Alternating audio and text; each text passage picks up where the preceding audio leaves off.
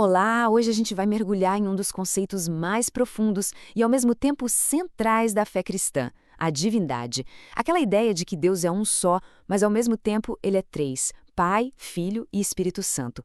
Parece complicado, né? Mas entender isso é fundamental para a gente captar o coração da mensagem do Evangelho. E aqui está a grande questão, a pergunta que ecoa há séculos. Como isso funciona? Pode parecer um quebra-cabeça, um paradoxo, mas a gente vai ver que não se trata de uma contradição, e sim de uma revelação sobre quem Deus é e como ele se relaciona com a gente. E olha que interessante, a chave para começar a entender esse mistério não está em nenhuma teoria filosófica complicada. A resposta começa numa cena real, que aconteceu lá nas margens do Rio Jordão.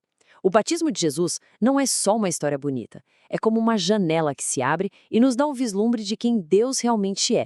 Então vamos lá para a nossa primeira parte. Pensa no batismo de Jesus como se fosse uma vitrine teológica. É isso mesmo, um momento em que a natureza de Deus foi exibida publicamente para todo mundo ver. Tudo começa com uma atitude de Jesus. Ele sai da Galileia e vai até João Batista para ser batizado. Agora pensa comigo, ele não precisava se arrepender de nada, certo? Então por quê? Foi um ato de total identificação conosco, um gesto de solidariedade com aqueles que ele veio salvar. E essa ação pode ser resumida em uma palavra: obediência. A atitude de Jesus mostra uma sintonia perfeita com a vontade do Pai. Era o primeiro passo de um caminho que o levaria até a cruz. E aí, exatamente nesse instante, outra coisa acontece. O Espírito Santo desce de um jeito visível, como uma pomba. Isso não quer dizer que o Espírito não estivesse com Jesus antes, claro que não. Mas aquele momento foi a unção pública, o sinal oficial de que a sua missão estava começando. E o que a gente vê aqui é crucial.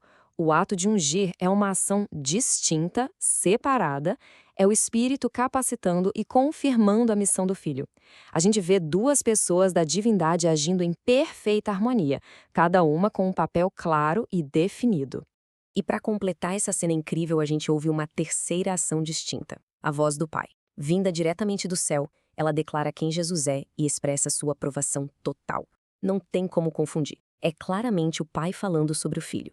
E aqui o quadro se completa. Temos as três pessoas agindo juntas, no mesmo lugar e ao mesmo tempo, mas cada uma de uma forma única. O Filho obedece, o Espírito unge e o Pai aprova. É a divindade em ação, revelada não numa fórmula teórica, mas num momento vivo, real. Ok, a gente viu essa cena fantástica do batismo, mas como é que, ao longo do tempo, isso foi traduzido em palavras? Como a igreja conseguiu articular o que viu ali de uma forma que a gente pudesse entender? Bom, essa aqui é a definição clássica. E a parte mais importante para a gente guardar é um só Deus. Não estamos falando de três deuses de jeito nenhum. A unidade está na essência, naquilo que faz Deus ser bem. Deus. Já a distinção está nas pessoas, Pai, Filho e Espírito Santo, que existem juntos desde sempre e para sempre. Sabe, para entender bem o que a Trindade é, ajuda muito saber o que ela não é. A Bíblia nos ajuda a evitar dois erros bem comuns. O primeiro é o triteísmo, que seria acreditar em três deuses separados, quase como na mitologia. Não é isso. O segundo é o modalismo, a ideia de que Deus é um só, mas que ele age usando máscaras diferentes. Ora é o Pai, ora é o Filho. A revelação bíblica nos mostra algo muito mais profundo: unidade e distinção ao mesmo tempo. Mas será que o batismo foi um evento isolado? De forma alguma. Vamos ver agora como esse conceito é como um fio de ouro que percorre todas as Escrituras, começando com pistas bem sutis e se tornando depois declarações super explícitas. Lá no Antigo Testamento, a ênfase é muito forte. Deus é um. Mas, espalhadas por ele, existem o que a gente pode chamar de sementes dessa doutrina. São pistas de uma pluralidade dentro do Deus único, como se o terreno estivesse sendo preparado para uma revelação mais completa que ainda viria. Esse aqui é um exemplo clássico.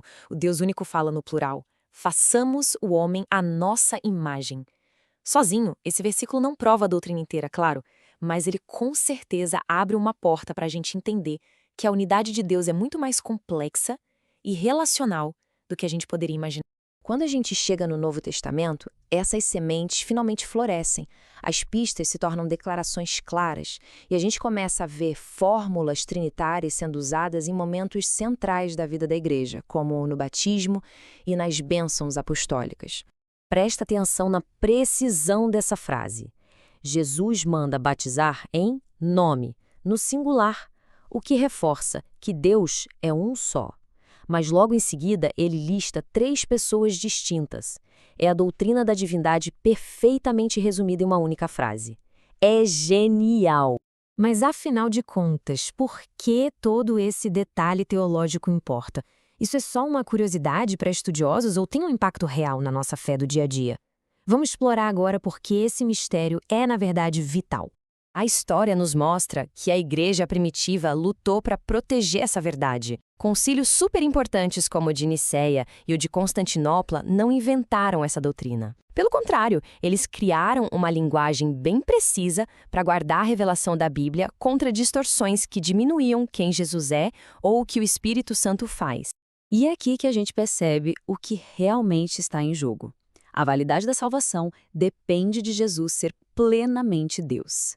A nossa transformação pessoal depende da ação do Espírito Santo como Deus em nós, e não só uma espécie de autoajuda espiritual. Até a nossa forma de adoração é trinitária. No fim das contas, entender essa doutrina é entender o coração do Evangelho. E aqui a gente chega à grande conclusão. O objetivo não é quebrar a cabeça para desvendar completamente o mistério com a nossa lógica. O objetivo é reconhecer essa revelação como o alicerce da nossa fé, da nossa adoração e da nossa vida com Deus. E para a gente terminar, fica uma pergunta para reflexão. Se o próprio Deus existe numa comunhão eterna de amor entre o Pai, o Filho e o Espírito, o que isso nos diz sobre o nosso propósito? Talvez isso signifique que fomos criados não para o isolamento, mas para o relacionamento. Um relacionamento com Ele e, claro, uns com os outros.